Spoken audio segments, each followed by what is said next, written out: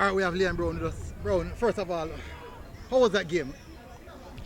Well, it was an excellent game, even though we started off slow, but we came out victorious.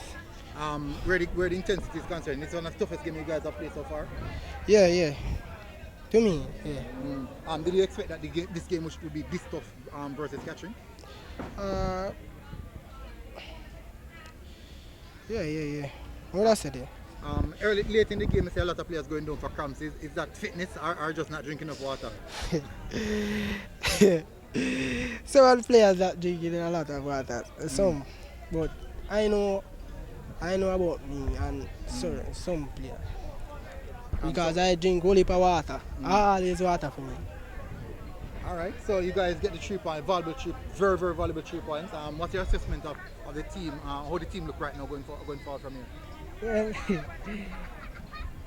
right now, I would say it's just how we play the system. It's just the system, how we is what the coach tell me what to do.